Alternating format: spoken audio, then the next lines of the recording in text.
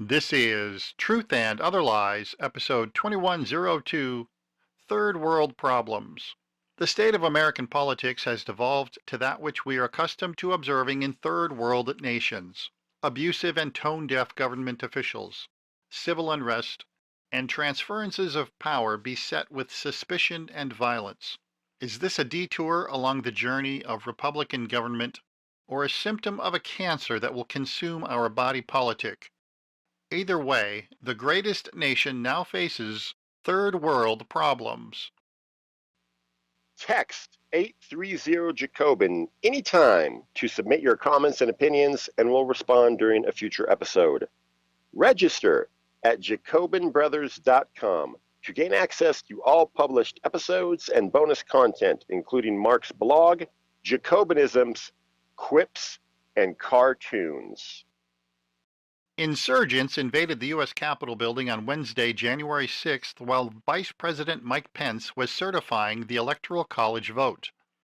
Windows were smashed, furniture was defiled and broken, mail was stolen, feces was tracked through the hallways. 4 insurgents and 1 police officer died.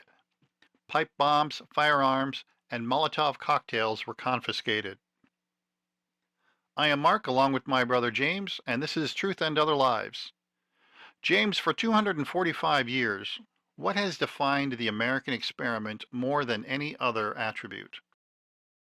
Well, I would say in those 245 years, beginning in March of 1797, when George Washington, an unaffiliated politician, transferred power to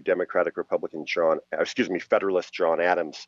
And from that day to this day, 228 years, we have had 22 to 24 peaceful transfers of power, only because some of these were when the president died and the person from the other party took over. So I don't know how to count those.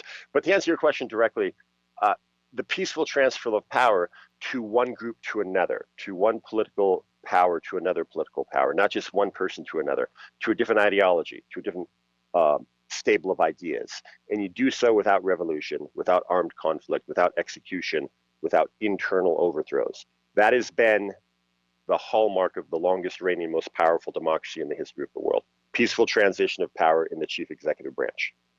And it is unique not just among Republican governments, democratic governments, whichever word you choose that means government by the people, but it's also unique among the monarchies. Prior to the 20th century, transition of power between monarchies was anything but peaceful. Well, sure, there was a lot of wars, and then a lot of wars between the countries. When Spain and England had a war, whoever won the war, usually they'd make some sort of deal to whereas their relative would marry the other relative, and that would bring peace to the kingdom. So throughout modern world history, going back, since the Enlightenment, the example and apex of the peacefulness of a transition of power isn't just specific to America.